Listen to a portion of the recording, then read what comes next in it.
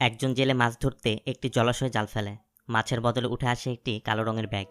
Bag খুলতে বের হলো একটি মাথার খুলি। মুহূর্তেই খবরটি সবার মাঝে ছড়িয়ে পড়ে।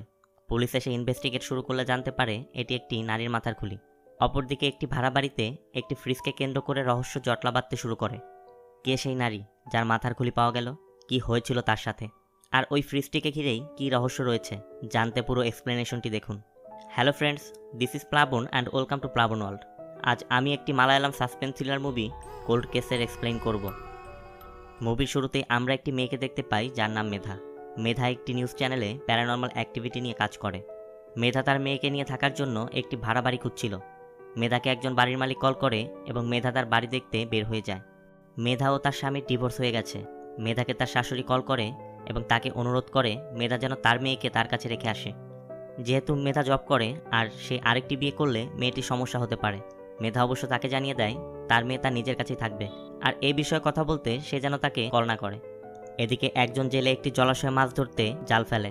জাল তুলতে একটি কালো ব্যাগের মধ্যে একটি মানুষের মাথার খুলি দেখে ভয় পেয়ে যায়। খবরটি জানাজানি হলে পুলিশ এবং মিডিয়া এসে ভরে যায়। পুলিশের ফরেন্সিক বিভাগ সব কিছুর আলামত সংগ্রহ করতে শুরু করে। এদিকে মেধা ওই বাড়িতে পৌঁছে যায়। বাড়ির মালিক তাকে ঘরের ভিতর দেখাতে শুরু করে। ঘরের ভিতর সব ধরনের আসবাবপত্র, টিভি, ফ্রিজ, এসি সব কিছু আগে থেকেই লাগানো ছিল। মেধা বাড়ির ভিতরের অনেকগুলো ছবি নেয় এবং তার মাকে পাঠিয়ে জানতে চায় তার মার বাড়িটি পছন্দ হয়েছে কিনা। মেধার মেয়ের নাম চিন্নুটি, ডাকনাম চিন্নু। সে মেধার মায়ের সাথেই আছে। এদিকে পুলিশ হেডকোয়ার্টার থেকে এই কেসটি ইনভেস্টিগেট করতে এসিপি সত্যজিৎকে দায়িত্ব দেওয়া হয়। সত্যজিৎ ঘটনাস্থলে গিয়ে সবকিছু পরিদর্শন করে। ফরেন্সিক ডক্টর তাকে জানায় পলিথিনের ব্যাগের মধ্যে খুলির সাথে কিছু চুল এবং দাঁত পাওয়া গেছে, আর এগুলো ল্যাবে নিয়ে টেস্ট করতে হবে। ল্যাবে টেস্ট করার পর জানা যায় মাথার খুলিটি একজন নারীর, যার বয়স আনুমানিক 25 থেকে 30-এর মধ্যে হবে, আর খুলিটি 1 বছর পূর্বের। অর্থাৎ ওই মেয়েটি 1 বছর আগে মারা গিয়েছে এবং সময়টি হবে আনুমানিক 2019-এর অক্টোবরের দিকে। এখন পুলিশের প্রধান কাজ ওই নারীর পরিচয় খুঁজে বের করা।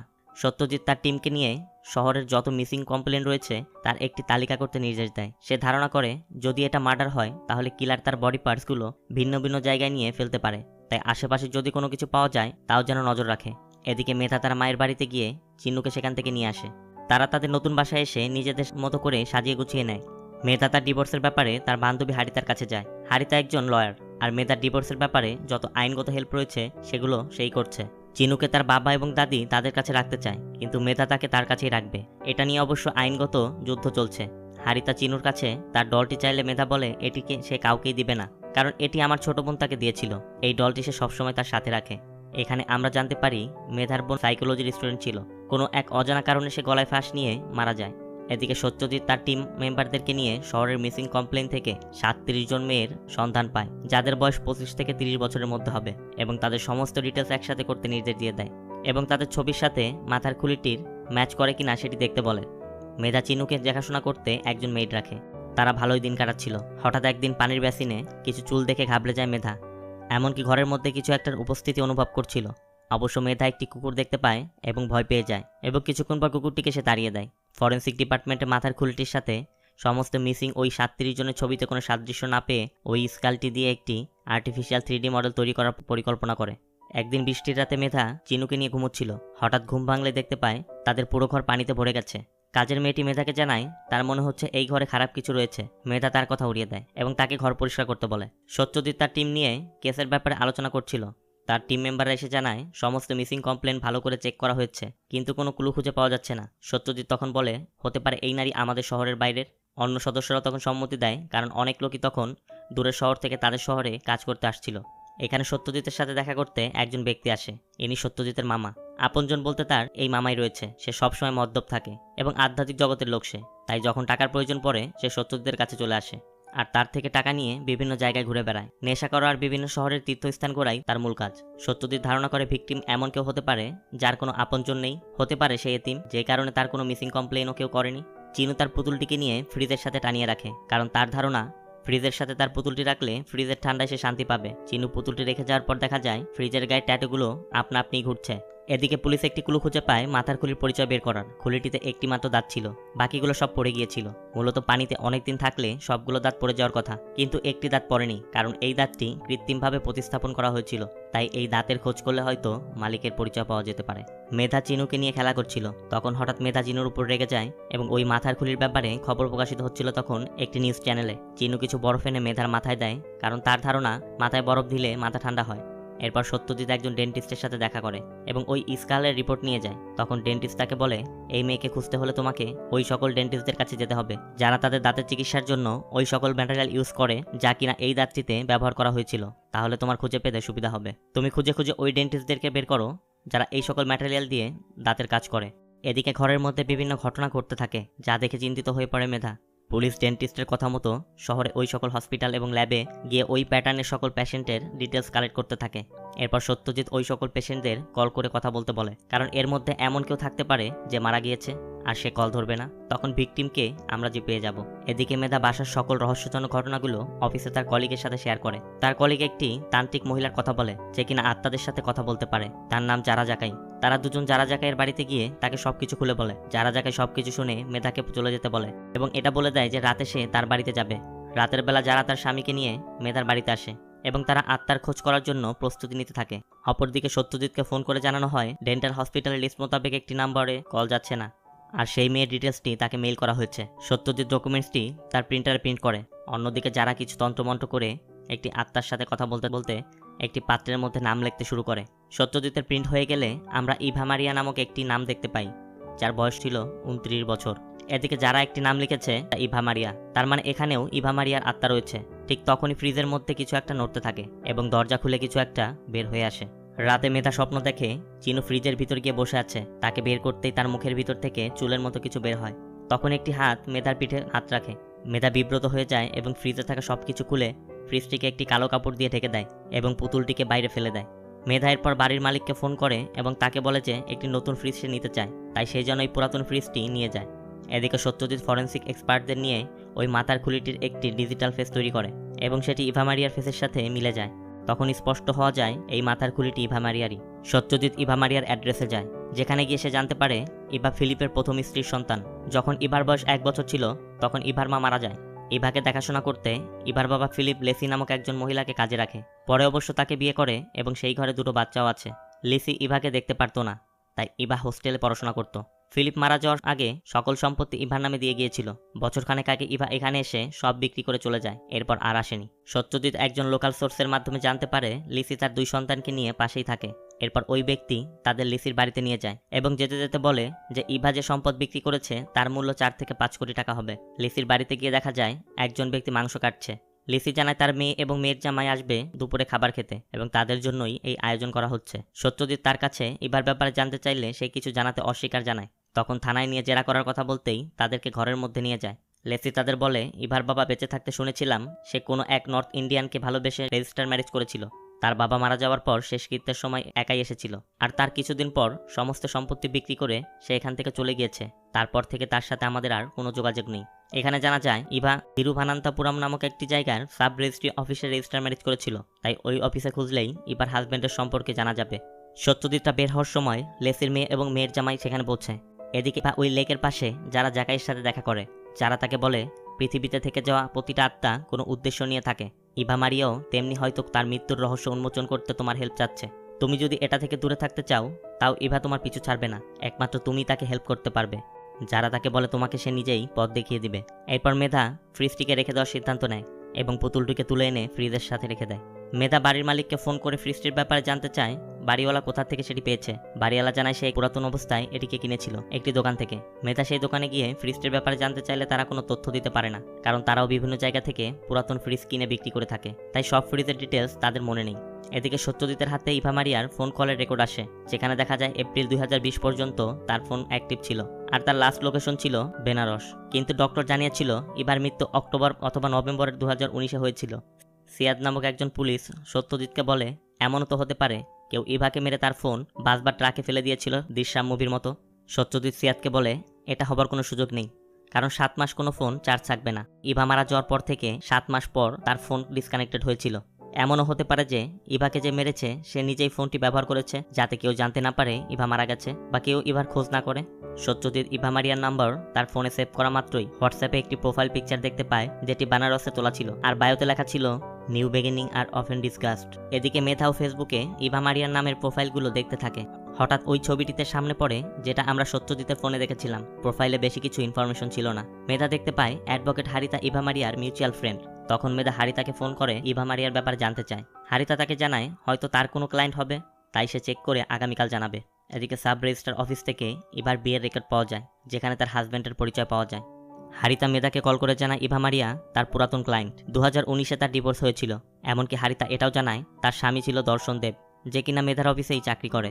সত্যজিৎ দর্শন দেবের সাথে দেখা করতে তার অফিসে যায়। দর্শনকে ইভার ব্যাপারে জানতে চাইলে সে কথা এড়িয়ে যায়। অবশ্য পরে বলে যে এখানে এই ব্যাপারে আলোচনা করা যাবে না। সত্যজিৎকে সে তার বাড়িতে যেতে বলে ইভার ব্যাপারে কথা বলতে। এদিকে মেধা তার কলিগের কাছে দর্শন দেবের ব্যাপারে জানতে চায়। সে জানায় দর্শন দেব মিডল ক্লাস ফ্যামিলিতে বড় হয়েছিল। একই কলেজের 1 বছরের জুনিয়র একটি মেয়েকে সে বিয়ে করেছিল। দর্শনের কাজ দেখে চ্যানেলের মালিক ইমপ্রেস হয়ে যায় এবং তার সাথে তার মেয়েও দর্শনের প্রতি ইমপ্রেস হয়ে যায়। এরপর তার ওয়াইফকে ডিভোর্স দিয়ে মালিকের মেয়েকে বিয়ে করে এবং বর্তমানে রাজকীয় জীবনযাপন করছে। অবশ্য ইভা মারিয়ার সম্পর্কে সে কোনো তথ্য দিতে পারে না। এরপর সত্যজিৎ দর্শনের বাড়িতে যায়। দর্শন জানায় ইভা কলেজে তার 1 বছরের জুনিয়র ছিল। ভালোবেসে তারা বিয়ে করেছিল। তারা জেনারেল হসপিটালের পিছে কাবানি হাউসে থাকতো। ব্যবসার কাজে দর্শনের অনেক টাকার প্রয়োজন ছিল। তখন ইভা তার সম্পত্তি ও স্বর্ণ বিক্রি করে তাকে টাকা দেয়। দিন দিন ব্যবসায় লস হতে থাকলে তাদের দুজনের মধ্যে সম্পর্কের টানা পড়ে। তখন তারা ডিভোর্সের সিদ্ধান্ত নেয়। ডিভোর্সের পর ইভা তার সব টাকা ফেরত চাইলে আমার বর্তমান শ্বশুর আমাকে 2.5 কোটি টাকা দিয়ে হেল্প করে, যা আমি ইভাকে দিয়ে দেই। এখন অবশ্য তার সাথে আমার কোনো যোগাযোগ নেই। তবে কিছুদিন আগে শুনেছিলাম সে কোন আধ্যাত্মিক পথে চলে গিয়েছে। দর্শন জানতে চায় সত্যজিৎ কী জন্য এই ইনকোয়ারি করছে। ইভা কি কোনো কমপ্লেন করেছে? সত্যজিৎ জানায় ভয়ের কিছু নেই, কমপ্লেন করার জন্য সে আর নেই। ইভা মারা গিয়েছে। একদিন সত্যজিৎকে তামিলনাড়ু পুলিশ কমিশনার কল করে এবং জানায় সে এই কেসের ব্যাপারে শুনেছে আর তার এখানেও এটার মতো একটি কেস রয়েছে। অক্টোবর 2019-এ এখানে একটি জঙ্গলে একটি ব্যাগের মধ্যে একটি হাত পাওয়া গিয়েছিল। তাই সে সত্যজিৎকে সকল ফাইল এবং রিপোর্ট পাঠিয়ে দেয়। তার ধারণা এই কেসের সাথে কোনো সম্পর্ক থাকতে পারে সত্যজিতের কেসেও, যদিও তামিলনাড়ু এখান থেকে 60 কিলোমিটার দূরে ছিল। এদিকে মেধা হারিতার সাথে দেখা করে এবং ইভার ব্যাপারে জানতে চাইলে হারিতা তাকে বলে ইভা নিজেই ডিভোর্সের জন্য আবেদন করেছিল। ইভা একটু আধ্যাত্মিক কথা বলতে পছন্দ করত আর ডিভোর্সের পর আধ্যাত্মিক পথে চলে গিয়েছিল। তারপর কি হয়েছে আমার জানা নেই। মেধা ইভা মারিয়াকে নিয়ে ইনভেস্টিগেশন করতে হারিতার হেল্প চায় এবং হারিতাও বলে সে সব ধরনের হেল্প তাকে করবে। এদিকে তামিলনাড়ু পুলিশের একজন এসে ফরেন্সিক রিপোর্ট দিয়ে যায়। সে এটাও জানায় যে তাদের পাওয়া হাতের মধ্যে কিছু ছোট আকৃতির চুল পাওয়া গিয়েছিল, যেটা অন্য কারোর অর্থাৎ কিলারের হবে। তারা ধারণা করে ইভাকে হত্যার সময় হয়তো সে বাঁচার চেষ্টা করছিল, তখন কিলারের চুল তার হাতে থেকে যায়, যা হয়তো কিলার বুঝতেই পারেনি। ইভা যে অফিসে চাকরি করত সেখানের একজন মেয়ের সাথে কথা বলে মেধা জানতে পারে ইভা হঠাৎ করে 2019-এ চাকরি রিজাইন দিয়েছিল। অবশ্য নিজে না এসে পোস্ট করেছিল। ইভার সাথে তার যোগাযোগ হয়েছিল লাস্ট 2019-এর ডিসেম্বরে। সে ইভাকে হোয়াটসঅ্যাপে তার বিয়ের ইনভাইটেশন পাঠিয়েছিল। অবশ্য ইভা রিপ্লাই করেছিল, কিন্তু আসতে পারেনি। কারণ হিসেবে বলেছিল সে নাকি আধ্যাত্মিক রাস্তায় রয়েছে। আরও জানা যায় ইভা পাশে একটি ওয়ার্কিং উইমেন হোস্টেলে থাকতো। সত্যজিতের কাছে খবর আসে ডিএনএ টেস্টে দেখা গেছে ওই হাতটিও ইভা মারিয়ারই। আর কিলারের চুল পরীক্ষাটি আপাতত স্থগিত করা হয়েছে, কারণ কিলারের শর্ট লিস্ট না হওয়া পর্যন্ত তারা এটি পরীক্ষা করবে না। এদিকে সত্যজিৎ সিয়াদকে নিয়ে ওই বাড়িতে যায় যেখানে ইভা আর দর্শন ভাড়া থাকতো। বাড়িওয়ালা জানায় তারা ভালোই ছিল। হঠাৎ একদিন শুনলাম তারা ডিভোর্স নিচ্ছে। কারণ জানতে পারলাম দর্শনের অন্য একজন মেয়ের সাথে সম্পর্ক রয়েছে। দর্শন চলে গেলে ইভা একদম একা হয়ে পড়ে এবং কয়েক মাস সে এখানেই ছিল। তারপর তার অফিসের পাশে একটি হোস্টেলে চলে যায়। বাড়িওয়ালার স্ত্রী তখন ইভার রেখে যাওয়া কিছু জিনিসপত্র দেয় সত্যজিৎকে এবং এটা বলে যে 2019-এর অক্টোবরে একদিন বৃষ্টির রাতে ইভাকে তারা একটি গাড়িতে দেখেছিল। সাথে ছোট চুলের আরেকটি মেয়ে ছিল যে গাড়ি চালাচ্ছিল। এটাই তাদের ইভাকে শেষ দেখা। সত্যজিৎ ফিরে এসে ফরেন্সিক ল্যাবে ওই চুলটি টেস্ট করার অনুরোধ করে এবং তারা কাজ শুরু করে দেয়। এদিকে মেধা বাড়িতে ফিরলে তার শাশুড়ি আসে তাদের সাথে দেখা করতে। সে মেধাকে চিন্নুর ব্যাপারে বললে মেধা তাকে বলে দেয় এটা কোর্টই ডিসাইড করবে, আপনি এখান থেকে চলে যান। চিন্নুর দাদি তার সাথে সেলফি নিচ্ছিল। তখন আনইউজুয়াল কিছু একটা দেখতে পেয়ে ঘাবড়ে যায় সে এবং সে দেখতে পায় একটি পায়ের ছাপ ফ্রিজের দিকে যাচ্ছে। এটা দেখে সে ভয় পালিয়ে যায়। ফরেন্সিক টেস্ট শেষে জানা যায় চুলটি একটি মেয়ের, যে তার চুল কেটে ছোট করেছিল। অর্থাৎ ছোট চুলের একজন নারী এই কেসের সাথে ইনভলভ রয়েছে। সত্যজিৎ এবং মেধা নিজেদের মতো করে ইনভেস্টিগেট করতে থাকে। এখানে দেখা যায় কেউ একজন গাড়িতে করে মেধাকে ফলো করছে। এবার হোস্টেলে খবর নিয়ে জানা যায় এবার হঠাৎ করে একদিন এখান থেকে চলে গিয়েছিল আর তার রুমে তার জিনিসপত্র কাপড় চোপড় সবকিছুই ছিল। কিন্তু সে ফিরে না আসলে হোয়াটসঅ্যাপে তার সাথে যোগাযোগ করার চেষ্টা করা হলে সে একদিন রিপ্লাই করে এবং বলে যে সে আর এখানে আসবে না, সে এক আধ্যাত্মিক সফরে গিয়েছে। তার জিনিসপত্রের ব্যাপারে জানতে চাইলে ইভা বলেছিল তার এক বন্ধু গিয়ে সেগুলো সেখান থেকে নিয়ে আসবে। তার ঠিক 2-3 দিন পর ইভার এক বান্ধবী এসে সেগুলো নিয়ে যায়, আর সেগুলো তার বান্ধবীকে দিয়েছিল রেখা নামক একটি মেয়ে, যে কিনা ইভার সাথে একই রুমে থাকতো। সত্যজিৎ ওই বান্ধবীর ব্যাপার জানতে চাইলে সে কোনো তথ্য দিতে পারে না, আর ইভার রুমমেট রেখার ডিটেলস নিয়ে যায়। যাওয়ার সময় ওই মহিলা জানায় একটি মেয়েও এসেছিল ইভার ব্যাপারে ইনভেস্টিগেট করতে। তখন সত্যজিৎ ওই মেয়েটির ব্যাপারে জানতে চাইলে সে বলে সে আমার নাম্বার নিয়ে গিয়েছে। তখন সত্যজিৎ তাকে বলে ওই মেয়েটি আবার আসলে বা ফোন করলে তাকে যেন ইনফর্ম করে। হোস্টেল থেকে যে অ্যাড্রেসটি নিয়ে আসা হয়েছিল ওই অ্যাড্রেসে গিয়ে রেখা নামক কাউকে পাওয়া যায় না। এদিকে ইভার ফেসবুক ফ্রেন্ড লিস্টেও রেখা নামে একটি প্রোফাইল পাওয়া যায়, যার কোনো ডিটেলস ছিল না। ইভার প্রোফাইল খুঁজে একটি ছবি পাওয়া যায়, যেখানে একটি কোভিড-19 ক্যাম্পেইনের ব্যানার দেখা যায়, এবং যাতে লেখা ছিল বানারসে একজন মারা গিয়েছে, তাই আপনারা সচেতন হন। এই ছবিটি পোস্ট করা হয় 12 এপ্রিল 2020, আর 13 এপ্রিল 2020 ইভার ফোন বন্ধ হয়ে যায়। অর্থাৎ কিলার ইভার আইডেন্টিটি বোঝানোর জন্য বিভিন্ন জায়গায় ঘুরে ঘুরে ছবি পোস্ট করছিল, যাতে কেউ ইভার ব্যাপারে সন্দেহ করতে না পারে। কিলার যেহেতু বেনারস গিয়েছিল কোভিড-19 শুরুতেই, তাই ফিরে আসার সময় অবশ্যই হেলথ ডিপার্টমেন্টের লিস্টে তার নাম রয়েছে। একজন পুলিশ জানায় কোভিডের সময় সে ডিউটি করতে গিয়ে দেখেছিল বেনারসে 1000-এর উপর পর্যটক আটকা পড়েছিল, যার কিছু তাদের শহরের ছিল। বেনারস থেকে তাদের আলাদা আলাদা লিস্ট করে যার যার শহরে পাঠিয়ে দেওয়া হয়েছিল। সত্যজিৎ ওই লিস্টগুলো জোগাড় করতে নির্দেশ দেয়। পুলিশের একজন সদস্য এপ্রিল 13, 2020-এর একটি লিস্ট নিয়ে আসে, যাতে ইভা মারিয়ার নাম ছিল। এখানে সত্যজিৎ দেখতে পায় ওই লিস্টে তার মামার নামও রয়েছে। যেহেতু তার মামাও আধ্যাত্মিক জগতের লোক এবং সে তীর্থস্থান ঘুরে বেড়ায়, তাই তার মামার নাম দেখে সে তার মামার সাথে দেখা করতে চলে যায়। সত্যজিতের মামা জানায় ওই ইভা মারিয়া আর সে একই বাসে করে এসেছে। সত্যজিৎ ইভার ছবি দেখালে সে বলে এই ছবিটা তো ওই ইভা মারিয়ার নয়। সে যাকে দেখেছে সে অন্য একটি মেয়ে, কিন্তু সে জানে ওই মেয়েটিও ইভা মারিয়া। কিন্তু সে এটাও বলে কিছুদিন আগে তাদের শহরেও ওই ইভা মারিয়াকে সে দেখেছে, কিন্তু কোথায় দেখেছে সেটি তার মনে নেই। সত্যজিৎ তার মামাকে বলে দেয় সে যখন মনে করতে পারে অবশ্যই যেন তাকে জানায়, এবং সত্যজিৎ কিছু টাকা দিয়ে সেখান থেকে চলে যায়। এরপর সত্যজিৎ ইভা মারিয়ার কেস নিয়ে কনফারেন্সের সকল তথ্য তুলে ধরে। সত্যজিৎ জানায় এই হত্যা সম্পূর্ণ টাকার জন্য, আর এই টাকার অঙ্ক অনেক বেশি। আমি ইভার সম্পদের হিসাব ক্যালকুলেট করে দেখছিলাম 4 থেকে 5 কোটি টাকা হবে। যে ইভাকে মেরেছে সে একজন ছোট চুলদারি মহিলা। এমনকি ইভা তার শেষ যে সম্পত্তি বিক্রি করেছে সেটাও তার মারা যাওয়ার পর, যেখানে একজন ইভার মিথ্যা পরিচয় ব্যবহার করে প্রপার্টি সেল করেছে। আমি রেজিস্ট্রি অফিসে তার ছবি দেখেছি, যেটা আসল ইভা মারিয়ার নয়। তাই আর মাত্র 72 ঘন্টার মধ্যে আমি এই কেসটি সলভ করে দেব। কিছুক্ষণ পর সেই হোস্টেল থেকে ওই মহিলা কল করে সত্যজিৎকে বলে যে মেয়েটি ইভা মারিয়ার ব্যাপারে জানতে এসেছিল ওই মেয়েটিকে টিভিতে দেখাচ্ছে। এরপর সত্যজিৎ মেধার সাথে দেখা করে। মেধা তার বাড়িতে তার সাথে ঘটে যাওয়ার এবং তারপর ইভা মারিয়ার আত্মাকে হেল্প করতে সে যা কিছু করেছে এই সকল তথ্য সত্যজিৎকে বলে। সত্যজিৎ সব শুনে অনেক হাসে, কারণ সে এগুলোতে বিশ্বাস করে না। মেধা সত্যজিৎকে জানায় তার বান্ধবী হারিতা ইভা মারিয়ার ডিভোর্সের ব্যাপারে কাজ করেছিল, এবং সে ইভা মারিয়ার ডিভোর্স লয়ার ছিল। আর ইভা তাকে বলেছিল কোনো একটি মেয়ে তাকে মারার হুমকি দিয়েছিল। তখন সত্যজিৎ হারিতাকে কল করতে বলে এবং তাকে এই কেসের ব্যাপারে তাদেরকে হেল্প করার জন্য অনুরোধ করতে বললে মেধা হারিতাকে কল করে। এদিকে সত্যজিতের মামা কল করে জানায় তার মনে পড়েছে ইভা মারিয়াকে সে কোথায় দেখেছে। সাথে সাথে সত্যজিৎ লেডি অফিসারকে ফোন করে কিছু জানায় এবং মেধার কাছে এসে বসে। মেধা তাকে জানায় হারিতা হেল্প করতে আগ্রহী। সত্যজিৎ মেধাকে বলে আমার কাছে একটি ছবি আছে, আমার মনে হয় এটা দেখলে তুমি কিলারকে চিনতে পারবে। সত্যজিৎ মেধাকে ছবি দেখালে মেধা বিচলিত হয়ে পড়ে। এখানে আমরা ফ্ল্যাশব্যাকে দেখতে পাই একটি বৃষ্টির দিনে হারিতা ইভাকে সাথে নিয়ে একটি গাড়ি ড্রাইভ করছে। এখানে আমরা জানতে পারি হারিতা ইভার বান্ধবী আর ইভার ডিভোর্স লয়ারও। ইভা দর্শনের থেকে তার 2.5 কোটি টাকা নিয়ে হারিতার সাথে ফিরছিল। হারিতা ইভাকে অনুরোধ করে এত টাকা নিয়ে যেন সে একা না যায়, তাই আজ যেন সে হারিতার বাড়িতেই থেকে যায়। হারিতা এত টাকা লোভ সামলাতে না পেরে ইভাকে শ্বাসরোধে হত্যা করে এবং ইভার মৃত্যুটি চাপা দিতে ইভার বডিকে কেটে টুকরো টুকরো করে এবং সেগুলো পলিতে ভরে একটি লাল রঙের ফ্রিজটিতে রেখে দেয় এবং এক এক দিন এক এক জায়গায় ওই বডি পার্টসগুলো ফেলতে শুরু করে। সত্যজিৎ মেধাকে বলতে থাকে হারিতার কাহিনী। সত্যজিতের মামা ফোন করে তাকে হারিতার কথাই বলেছিল যে হারিতাকে কোর্টে অ্যাডভোকেটের পোশাকে সে দেখেছে। এমনকি হারিতা লোভ সামলাতে না পারে এবার বাকি প্রপার্টিগুলো বিক্রি করতে গিয়েছিল। ইভা মারিয়ার ছবি রিপ্লেস করে ভুয়া পরিচয়পত্র তৈরি করে সে ইভা মারিয়ার সমস্ত সম্পত্তি বিক্রি করে দিয়েছে। যেহেতু সে একজন লয়ার, তাই সব প্রসেস সে জানতো। এবার সকল পরিচিতদের হোয়াটসঅ্যাপে রিপ্লাই মেসেজ দিয়ে সে সবার খোঁজখবর নিয়েছিল, যেন কেউ এবার খোঁজ না করে। সবশেষ সবাইকে আধ্যাত্মিক পথের কথা বলে বেনারসে গিয়ে ছবি তোলে এবং ফেসবুকে সেগুলো আপলোড দিয়ে ওই দিনই সে ফোনটি অফ করে দেয়। সে এত কনফিডেন্টলি এই কাজগুলো করেছিল যাতে কেউ ধরতে না পারে। এমনকি আমার বিশ্বাস এখন সে বাকি এভিডেন্সগুলো মেটাতেও চেষ্টা করছে।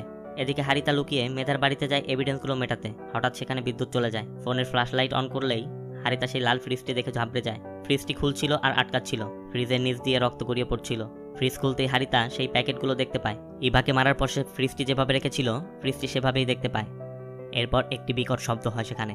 পরদিন সকালে জানা যায় ফ্রিজটি ব্লাস্ট হয়ে ফ্রিজের নিয়ন গ্যাসের কারণে হারিতার মৃত্যু হয়েছে। মেধা সত্যজিৎকে বলে আমি গত রাতে আপনাকে বলেছিলাম, আপনি আমার কথাগুলো বিশ্বাস করেননি। সত্যজিৎ অবশ্য বলে যায় যার কোনো লজিক নেই সেটা সে বিশ্বাসও করে না। এখানে ইভা মারিয়ার কেসটি সলভ হয়ে যায়। এরপর মেধা তাদের বাড়িতে বসে একদিন রেডিও শুনছিল। ঠিক তখনই মেধার বোনের ছবিটির কাজ ভেঙে যায়। আমরা জেনেছিলাম মেধার বোন গলায় ফাঁস নিয়ে মারা গেছে, কিন্তু কী কারণে মারা গেছে তা জানা যায়নি। এখানে আমাদের এটা বোঝানো হয় মেধার বোনের মৃত্যুর রহস্যের উন্মোচন নিয়ে আরেকটি মুভি তৈরি হবে। ধন্যবাদ সকল।